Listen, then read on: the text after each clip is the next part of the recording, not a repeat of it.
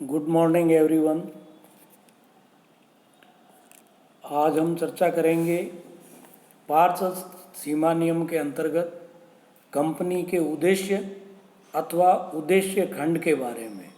जो पार्षद सीमा नियम का ऑब्जेक्ट क्लोज है उनमें किन किन बातों का समावेश होता है और क्या क्या चीज़ें इसमें होती है उसके बारे में चर्चा करेंगे। कंपनी के सीमा नियम का तीसरा खंड उद्देश्य खंड के नाम से जाना जाता है। इस खंड में कंपनी के उद्देश्यों को लिखा जाता है। कंपनी अधिनियम 2013 के प्रावधानों के अनुसार सीमा नियम के उद्देश्य खंड में कंपनी के उद्देश्यों को निम्नानुसार लिखा जाएगा। ए, कंपनी के वे उद्देश्य जिनके लिए कंपनी समामेलित करना प्रस्तावित है।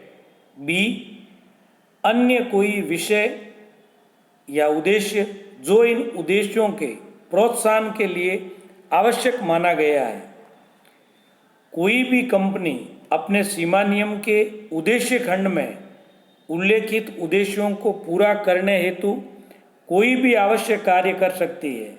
उद्देश्य खंड के बाहर जाकर किया गया प्रत्येक कार्य कंपनी के अधिकारों के बाहर माना जाता है तथा व्यर्थ होता है। कंपनी के अधिकारों के बाहर का सिद्धांत आगे अपन जब अध्याय आएंगे उसमें उनका अध्ययन करेंगे।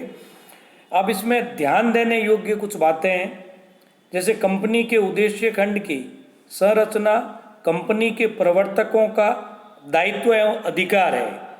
वे अपनी स्वेच्छा से कंपनी के उद्देश्यों का निर्धारण करने के लिए स्वतंत्र है, किंतु ऐसे उद्देश्य वैध होने चाहिए तथा कंपनी अधिनियम के प्रावधानों लोकहित यानी पब्लिक इंटरेस्ट तथा लोक नीति पब्लिक पॉलिसी इसके विपरीत नहीं होने चाहिए। उदाहरण के लिए किसी कंपनी का उद्देश्य जुआ खेलना अथवा सट्टे का व्यापार करना अथवा लॉटरी निकालना अगर है तो रजिस्ट्रार ऐसी कंपनी के पंजीयन से इनकार कर सकता है। ऐसे में कंपनी के उद्देश्य खंड को बहुत ही सावधानी से तैयार करना चाहिए। इसमें उद्देश्य वाक्य का जो विभाजन है वो कंपनी अधिनियम 2013 की धारा 4 के अनुसार जो किया गया है उसमें ये स्पष्ट रूप से बता दिया गया है। इसके अलावा उद्देश्य वाक्य का जो प्रमुख प्रयोजन है वो है विनियोक्ताओं की पूंजी की सुरक्षा। दो है इसमें, विनियोक्ताओं की पूंजी की सुरक्षा। कंपनी विधान द्वारा निर्मित कृत्रिम व्यक्ति होने के कारण स्वयं अपने नाम से संपत्तियों को ग्रहण तो कर सकती है, परंतु कंपनी की अंश पूंजी के वास्तविक स्वामी अंशधारी होते हैं। अतः जिन व्यक्तियों ने कंपनी की पूंजी में विनियोग किया है वे इस बात की अपेक्षा करते हैं कि उन्हें कंपनी के मुख्य उद्देश्यों तथा कार्यों की पूरी जानकारी मिलती रहे, ताकि वे ये अनुमान लगा सके कि उनकी पूंजी का उपयोग उचित तथा वैधानिक कार्यों की पूर्ति के लिए किया जा रहा है और उनकी पूंजी सुरक्षित है। दूसरा, ऋणदाताओं के हितों की सुरक्षा।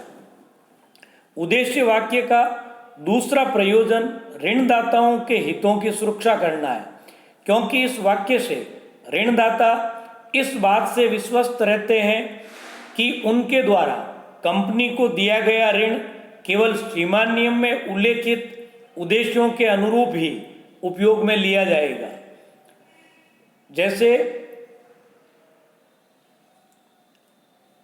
जैसे ये आवश्यक है कि पार्षद सीमा नियम में दिए गए उद्देश्यों का वर्णन विस्तार या संक्षिप्त में करना पूर्णतः कंपनी के प्रवर्तकों की इच्छा पर निर्भर करता है।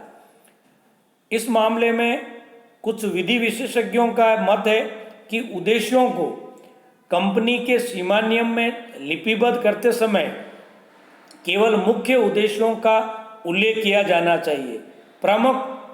प्रमुख जो उद्देश्य है उसके विस्तृत क्षेत्र के निर्धारण संबंधी प्रश्नों को न्यायालय पर छोड़ देना चाहिए।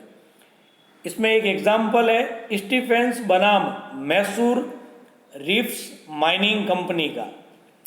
इस मामले में कंपनी का मुख्य उद्देश्य मैसूर तथा अन्य स्थानों पर सोने की खानों पर कार्य करना था। कंपनी ने अफ्रीका के गोल्ड कोस्ट में सोने की खानों का कार्य करने की इच्छा व्यक्त की। न्यायालय ने निर्णय दिया कि उक्त कंपनी का मुख्य उद्देश्य भारत में सोने की खानों पर कार्य करना था, अतः उसके उद्देश्य वाक्य में लिखित अन्य शब्द का तात्पर्य भारत में ही मैसूर के अलावा किसी अन्य जगह पर कार्य करना था, न कि भारत के बाहर। अब उद्देश्य वाक्य जो है इसका क्षेत्र सीमा विस्तृत हो सकती है, इसका भी आगे उल्लेख आएगा। अब जो उद्देश्य खंड है इसका महत्व क्या है? तो कंपनी के जीवन में पार्षद सीमा नियम के उद्देश्य खंड का महत्वपूर्ण स्थान होता है। इसके आधार पर ही कंपनी के अधिकार एवं दायित्व निर्धारित होते हैं। इससे ही कंपनी के ऋणदाताओं, निवेशकों आदि के अधिकारों को सुरक्षा प्राप्त होती है। उद्देश्य खंड का विभिन्न पहलुओं से कंपनी तथा अन्य पक्षकारों के लिए महत्व होता है, जिसे हम कुछ शीर्षकों के अंतर्गत बता सकते हैं। जैसे कंपनी के उद्देश्यों का निर्धारण। उद्देश्य खंड का जो पहला महत्व है वो कंपनी के स्वयं के लिए ही है। ये खंड कंपनी के उद्देश्यों को निर्धारित कर देता है। इसमें कंपनी के मुख्य, सहायक तथा अन्य उद्देश्य दिए रहते हैं। कंपनी इन उद्देश्यों की प्राप्ति के लिए ही अपना कार्य करती है और दिशा भ्रमित होने से बच जाती है। दूसरा है कंपनी के क्षेत्र का निर्धारण। उद्देश्य खंड कंपनी के क्षेत्र, एरिया ऑफ ऑपरेशन, इसको भी निश्चित कर देता है।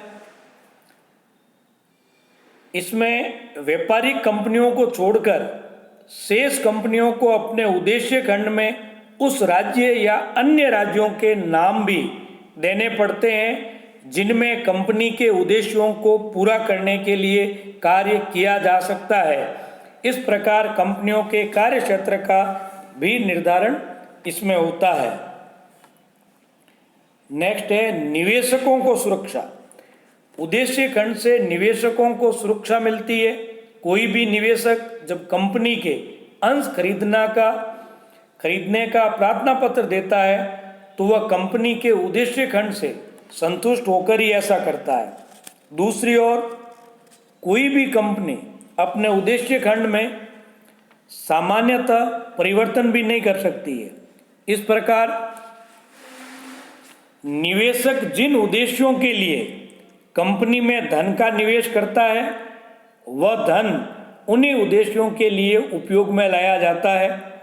अतः निवेशक उन उद्देश्यों में धन लगाने की जोखिम को पहले से ही ज्ञात कर लेता है तथा अपने धन को उसी कंपनी में लगाता है जहां उसके धन को सर्वाधिक सुरक्षा प्राप्त हो सकती है। इस प्रकार कंपनी के अंशधारी को उद्देश्य खंड से सुरक्षा मिलती है। ये पहले ले चुके हैं अपन ऋणदाताओं को भी सुरक्षा। ये उद्देश्य खंड का आधार है। पहले ये ज्ञात कर लेते हैं कि उनके द्वारा उपलब्ध किया जाने वाला धन किन किन उद्देश्यों की पूर्ति के लिए उपयोग में लाया जाएगा तथा उसमें कितनी जोखिम होगी। इस प्रकार ऋणदाता अपने ऋणों की जोखिम को पहले से आंक लेते हैं और उन्हीं संस्थाओं को ऋण देते हैं जिनके उद्देश्य शुद्ध और अच्छे होते हैं। नेक्स्ट है आर्थिक केंद्रीकरण पर रोक। कंपनी के उद्देश्य खंड से आर्थिक केंद्रीयकरण पर भी रोक लग जाती है। यह एक कंपनी जैसे कार्य करती है वो ये लागू होने के बाद में उन्हीं वस्तुओं का निर्माण कर सकती है जो उस कंपनी के उद्देश्यों के अंतर्गत आते हैं। कंपनी अपनी स्वेच्छा से अपने उद्देश्य खंड से बाहर बढ़ नहीं सकती। इसके कारण किसी एक कंपनी के पास आर्थिक केंद्रीकरण नहीं हो पाता है। नेक्स्ट है संचालकों पर नियंत्रण। संचालक कंपनी के एजेंट होते हैं। यदि कोई एजेंट अधिकारों के बाहर कार्य करता है तो वह व्यक्तिगत रूप से उत्तरदायी ठहराया जा सकता है। अतः संचालक वे ही कार्य कर सकते हैं जो कंपनी के उद्देश्य खंड में दिए गए उद्देश्यों की पूर्ति के लिए आवश्यक होते हैं। यदि वे इस अधिकार सीमा से बाहर जाकर कार्य करते हैं तो वे उन कार्यों के लिए व्यक्तिगत रूप से उत्तरदायी ठहराए जा सकते हैं। इस प्रकार उद्देश्य खंड से संचालकों की क्रियाओं पर अप्रत्यक्ष रूप से नियंत्रण बना रहता है। नेक्स्ट है बाह्य पक्षकारों को रचनात्मक सूचना। पार्षद सीमा नियम एक सार्वजनिक प्रलेख है। कंपनी के साथ अनुबंध करने वाले प्रत्येक व्यक्ति से ये आशा की जाती है कि वह कंपनी के पार्षद सीमा नियम विशेष रूप से उद्देश्य खंड को पढ़ चुका होगा। यदि कोई व्यक्ति उद्देश्य खंड को नहीं पढ़ता है तथा कंपनी के साथ ऐसा कोई अनुबंध कर लेता है जो उसके उद्देश्य के भीतर नहीं आता है तो ऐसा बाह्य पक्षकार कंपनी को अनुबंध पूरा करने के लिए बाध्य नहीं कर सकता।